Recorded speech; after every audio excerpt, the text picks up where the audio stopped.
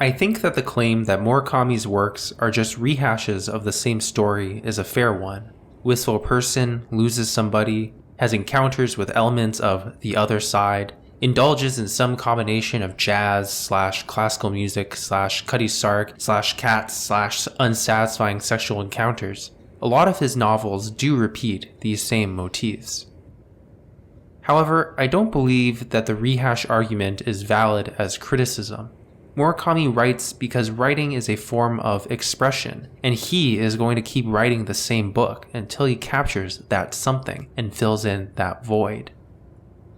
And that's really what this something is, an engulfing sense of loss or recognition of emptiness. These losses can be as life-changing as the death of loved ones or as mundane as feeling bored at work.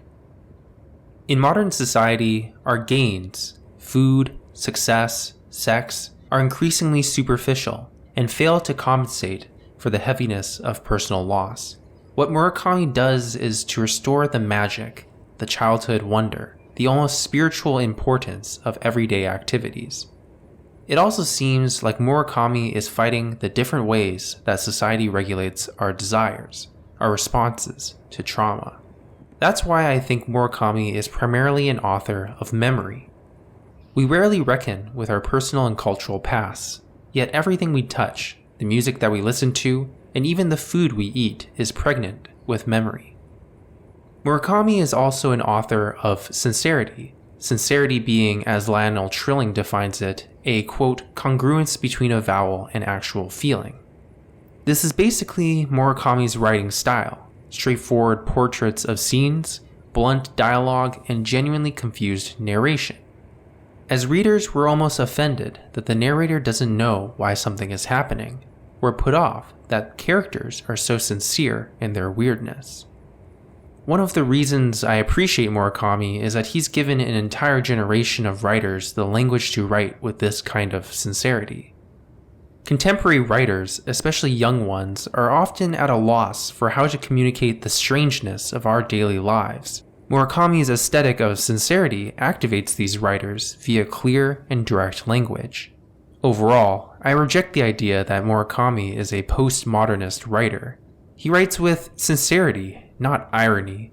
He has a passion for his hobbies and isn't afraid to incorporate them into his fiction. His characters find meaning and contentment in day-to-day living against the stifling expectations of society.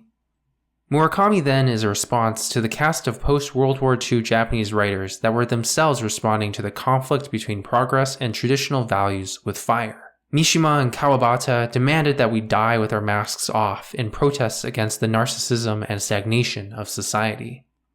And Murakami says no, that just being honest with ourselves is enough. There's already enough magic in ordinary life without the contrived plots of aristocratic family dramas.